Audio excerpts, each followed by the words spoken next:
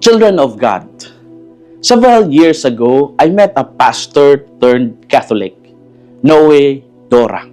He was a Protestant pastor who preached with conviction and was respected in his community. Over time, his study of scripture and church history led him to questions he could no longer ignore. And this deeper search for truth guided him toward the Holy Catholic Apostolic Church.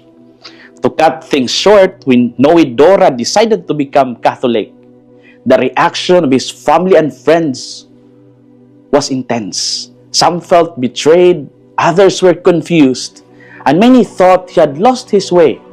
He was criticized, misunderstood, and even judged as foolish for living what was familiar and secure.